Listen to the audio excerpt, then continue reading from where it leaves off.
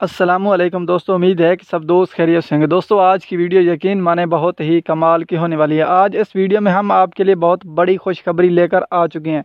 अगर आपके पास शनाख्ती कार्ड है और उस पर आपने सिम निकलवाई हुई है तो फिर ये वीडियो आपके लिए बहुत ही कमाल की होने वाली है।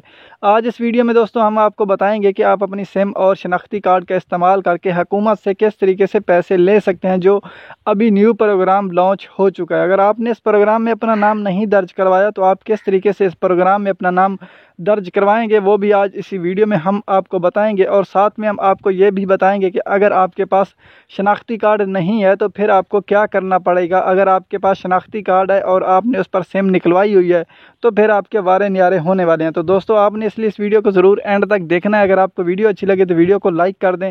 अगर आपने अभी तक चैनल को सब्सक्राइब नहीं किया हुआ तो चैनल को भी सब्सक्राइब कर दें। तो चलिए दोस्तों, वीडियो को शुरू करते हैं।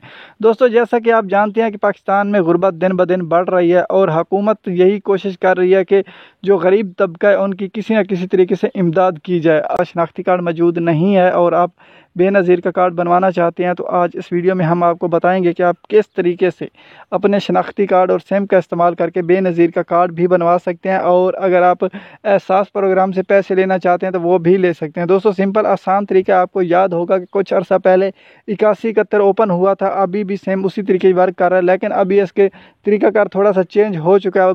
अगर आपने अभी तक इसमें नाम नहीं दर्ज करवाया तो आप अपने शनाख्ती कार्ड नंबर को अपनी ही सिम पर जो है ना लिखकर 8171 पर सेंड करें और आपका जो है ना नाम दर्ज हो जाएगा। लेकिन ख्याल रहे कि आपने अपनी ही सिम पर अपने शनाख्ती कार्ड नंबर को लिखकर सेंड करना है और उसके बाद आपका नाम दर्ज कर दिया जाए।